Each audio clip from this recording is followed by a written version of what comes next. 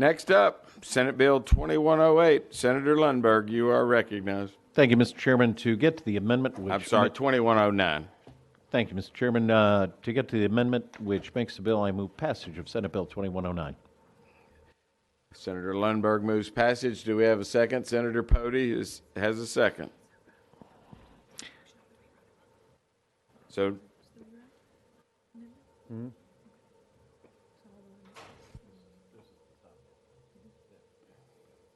so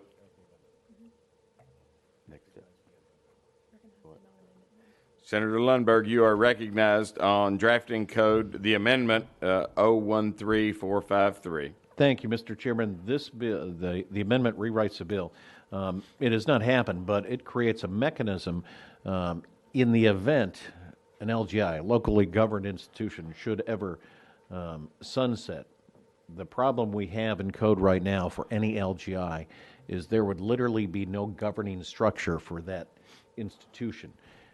Hopefully this bill will never be utilized, but if that ever happened, THEC, the Tennessee Higher Education Commission, would provide that governance. There is I'll read some of this just to put it on the record, because you might say there is an inherent conflict of interest with some of the operations and functions of THEC and those LGIs. This bill prohibits THEC board from performing one or more of the powers or duties prescribed in law for the state university they are acting on behalf of, if doing so would create a conflict of interest. THEC's voting board currently is charged via code to deal with matters regarding the state universities, planning and development, mainly surrounding academic programs, capital projects, and operating budget requests.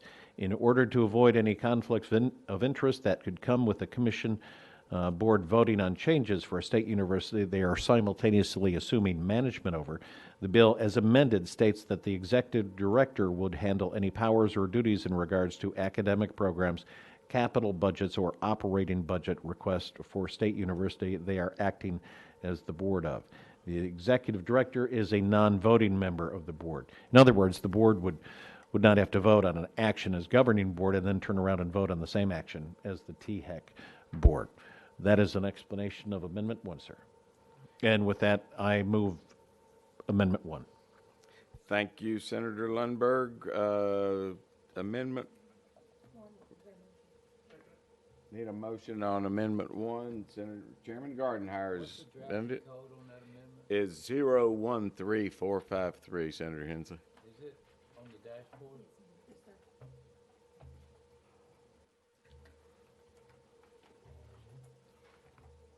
We have a second from Senator Pody.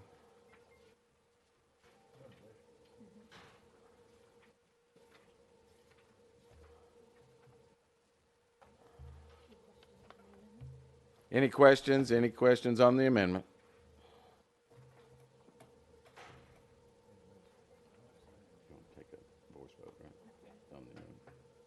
Seeing none, we will take a voice vote on the amendment. All in favor of amendment number 1, drafting code 013453, signify by saying aye. Aye. Opposed, no. The ayes have it. Amendment number 1 passes. We are back on the bill as amended. Any further discussion? I'll go back into session. Okay. Well, she wants to speak to the bill. You're recognized, Thank you, Mr. Leader Chair. Akbar. Thank you, Mr. Chair. And I know you're going to go out of session first, but before we do that, I've been trying to recognize him all meeting. I wanted to recognize Commissioner Charlie Caswell from Shelby County. He represents the 6th District, and he is the Chairman Pro Tem, a community activist and preacher, just an outstanding individual. Thank you. If y'all can make him welcome. Thank you, sir, for being with us here today. All right. With no further discussion, we will go out of session to hear the comments. We do have 3 people that are allowed to speak. If you would like to speak, please make your way forward.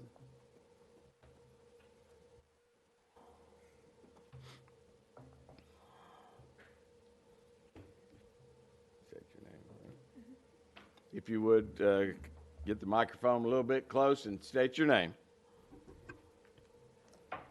Thank you. Can you hear me? We can. Okay. My name is Pamela Brooks. I just want to make sure. Pamela Brooks Martin. I am the Vice Chair of Tennessee State University Board of Trustees. So first of all, I want to thank you all, the chairman and the members of the committee, for allowing us to speak. Ms. Martin, before you get going, let me tell you, there is a 3-minute time limit that we have, Okay. and we are out of session. Okay. Thank you. I will hurriedly through this. I believe I bring a rather unique perspective to this legislation. I'm one of the original members of the TSU Board of Trustees serving 6-year term. And before that, I was appointed by Governor Haslam to serve on the Board of Commissioners of Tennessee Higher Education. And before that, I served as a commissioner on Tennessee Board of Ethics. So from that experience, I am committed to higher education in Tennessee State University. I also have significant experience and a unique perspective to offer to this legislation. The legislation requires and transfers the governance to THEC in the event a state university board ceases to exist under the state's sunset process. I recognize that the bill does not apply only to TSU board, but the legislation might impact TSU sooner than any other state university based on TSU's current sunset status. I would like to offer the following for your consideration as the committee takes up this legislation today and determines this fate moving forward. My comments today focus on 3 areas: the impact of the transfer of governance on TSU accreditation status, the disruption of the university operations affairs, and third, the impact of the legislation to TSU's current presidential search that is in progress right now. As to the accreditation, the legislation might potentially impact the accreditation status. I'm sure you know, as well as all other public universities in the state, are accredited by the Southern Association of Colleges and Schools Commission on Colleges, also known as SACS-CLC. SACS accreditation is critically important to the operation of institutions of higher education. The loss of accreditation status by any institution would cause serious and significant harm to the institution and its students, faculty, and staff. As SACS accreditation institution, TSU and other public institutions of higher education are eligible to receive and disperse federal financial aid and receive federal grants as well. The accreditation status of the institution also affects students' eligibility to apply for graduate schools and to qualify for many federal and private jobs.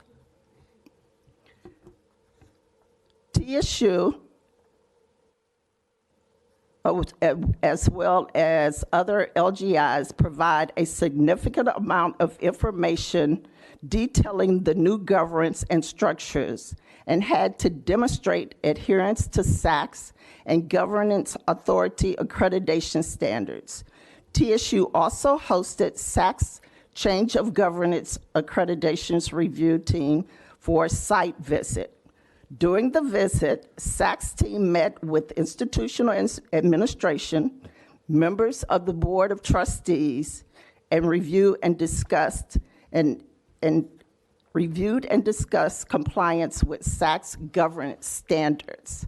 I personally attended and Point of order, Mr. Chairman. You're recognized, Senator Lundberg. Thank you, Ms. Martin. Didn't mean to interrupt you, but have you read the amendment? No. And the reason I say that, and Mr. Chairman, if I may go on, the amendment, I understand what you're saying, but realize if this amendment does not pass, TSU's board would go away and not exist. Yes. Okay. And you would have no government. So everything that you say then would put into jeopardy without this.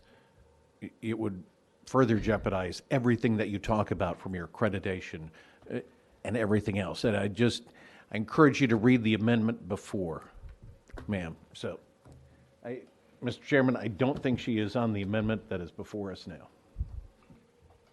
Thank you, Senator Lundberg. Ms. Martin, I think you have about 45 seconds left.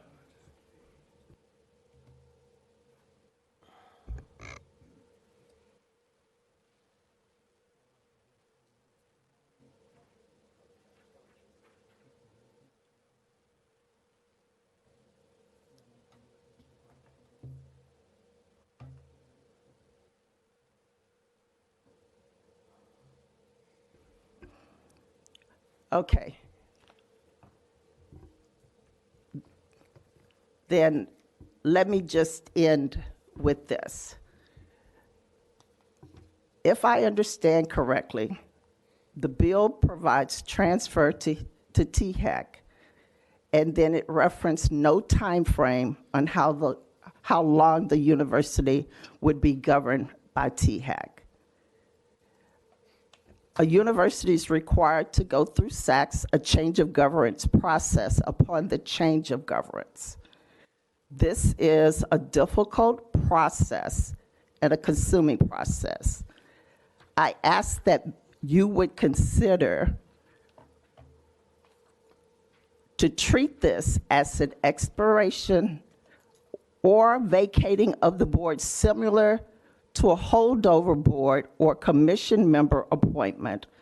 Thus, the expired or vacated board would remain in place until the new board is appointed and seated by the governor. Senator Lundberg, you're recognized. Thank you, Mr. Chairman. She is no longer on the amendment. We're talking about anything germane to this amendment. I'd like to stick with what is before us. Senator Ackberry, you are recognized. Thank you, Mr. Speaker. I do think it is relevant to the amendment because you were suggesting an alternative to the amendment. So I don't think that it's irrelevant, and I think that you are sharing your perspective. And so I would like to continue to hear what you have to say. And I think even if we don't like it, we have to listen to it. And so I urge my members to let her finish. Once again, we did allotted time. I've already gone way over the time, Ms. Martin, but I will give you another 20 seconds if you would. No, thank you, Senator. I was finished. Thank you. And next up, I'm going to assume that you are Mr. Wimberly. Yes, sir. Thank you, sir. You are recognized for 3 minutes. Yes, sir. I'll keep it brief. Good afternoon, Mr. Chairman and committees of this members of the committee. I am Sean Wimberly Jr. I serve as the student trustee for the Board of Trustees, and I want you all to take some of my thoughts into consideration. I've spent some time speaking with the students about this bill. I have read the amendment. And you mentioned earlier about the conflict of interest. I was unable to fully understand how we're going to prevent the conflict of interest, because one thing that students are beginning to feel is that this transition into this governance of THAC, if our board was, of any board was to cease to exist in at TSU, would THAC represent the true interest of TSU solely, considering that THAC has to govern other institutions or oversee other institutions across the state. And additionally, Trustee Martin brought up the accreditation issues. I know you addressed that as well, but I just want you all to take that into consideration, that the students at TSU feel this way, and particularly about what that would look like if we transition that governance under THAC. And that's all. All right. Thank you, Mr. Wimberly. We will go back into session. Thank you for your testimony. We appreciate you being with us today. Chairman Lundberg, do you have any closing statements on your bill? Thank you, Mr. Chair, and I appreciate the comments and questions. And I just want to put into perspective. Okay. This is, if we don't pass this bill or this amendment in less than 6 months, not only the individuals on that board, but the entire board is gone. There is no structure. There is no one outside looking out for the best interest of TSU or any other LGI. So I just want to put that into perspective, Mr. Chairman. Thank you. Thank you, Mr. Chairman. Do we have any further discussion on Senate Bill 2109? Leader Ackberry. Thank you, Mr. Chair. Can we hear from THEC, or are y'all tired? Can we hear from THEC and see what they have to say, their opinion on it? I have a couple questions for them. Is that okay? We can. If T-Heck, would you like to come be with us? We will be going out of session to hear comments from T-Heck. Thank you, Mr. Chair. Thank you. You are recognized, Senator Ackberry. Thank you, Mr. Chair, and thank you so much. My question is, what does this look like? Just walk us through it. I read the amendment. I understand that it really does go pretty far as eliminating a conflict. But what does this look like when it actually happens in practice at THEC? And have you heard from any other LGIs about their opinions on this? Senator Akbar, Stephen Gentile, Executive Director of the Tennessee Higher Education Commission. My understanding of the amendment is that this sets in place a mechanism should a board be vacated or no longer in existence, a body that will take on governing until a new board is appointed. And it's not THEC as staff who are taking that on, it's our commission who's taking that on. I can speak to this, and that is, when Focus came about 7 years ago, it was very clear that THEC would play a role in training the board members and the boards across our LGIs. Our role, whenever a new board would come on, in the case of an LGI's board being vacated, would to maintain that training of that board, whether it's our own commission or the next one to replace TSU going forward, and that's going to be our posture. Okay, thank you.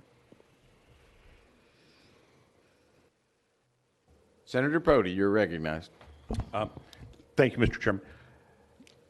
From your understanding with where we are right now, if this is not passed, what happens?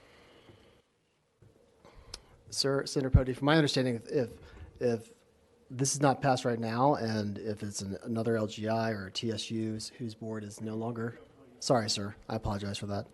I'll speak right into it. My understanding is that if other bills move forward, that this board that we're talking about would no longer be in governance, and that there would be no one in the lurch at the moment to take over.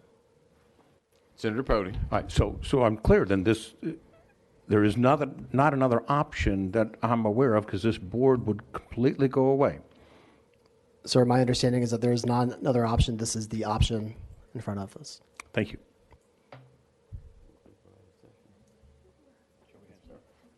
Senator Hensley, you're recognized. Thank you, Mr. Chairman. If this did happen, does THEC have the resources to do this, or would it take new people? Or I know THEC used to govern all of the LGIs and except UT and all. So do they still have the structure in place they could do this? We as staff, sir, Senator Hensley, as staff, we will continue to do what we've been doing over the last 7 years. When new board members come into place, we will train them to serve as governing actors, as we would do with our own commission if that becomes the case here with TSU. So we do have the resources to do that. We have the connections to the training that we've been providing continuously for the last 7 years. We would do that here as well for this commission, or for a next board or next board members that are appointed to any board. So, one more question, Mr. Chairman. Senator Hensley. So you wouldn't have to have any more staff or appoint board members or anything. You could just do it with the staff you have now.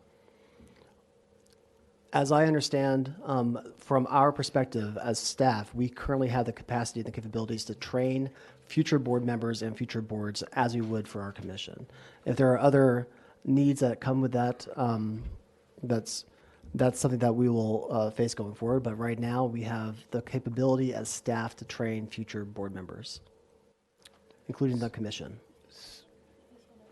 So that seems to be different, though, than actually having somebody to run a university. You're saying train the board members that are appointed, but that seems to be different than actually providing the function of the board members. You could do that function rather than just train board members. My understanding of how this bill works is that I answer to our board, the commission, and TSU's administration answers to our board as well. I am not taking on myself, my staff, we are not taking on governance directly. Our board is, much as the current board does too. It's just, should that board ends, this commission comes in, our commission comes in to serve as governing body until another board is appointed. Okay, thank you. Thank you, Mr. Chairman. Thank you. Leader Ackberry, you are recognized. Thank you, Mr. Chair. And so you've said a couple times train, right?